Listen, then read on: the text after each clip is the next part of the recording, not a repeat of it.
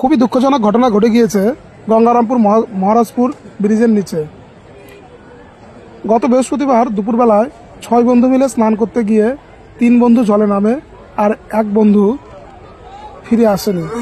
আর ঘটনার সূত্রপাত সেখান থেকেই শুরু। মাধ্যমিক পড়ুয়া অনির্বাণ তামিলি ছেলেটি স্নান করতে নেমে জলে ডুবিয়ে যায়।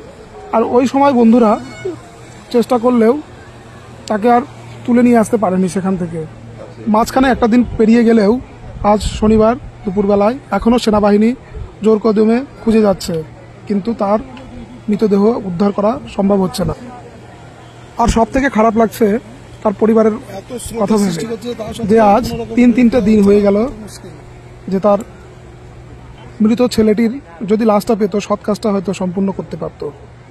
এটা একটা সত্যি দুঃখজনক ও মর্মান্তিক ঘটনা।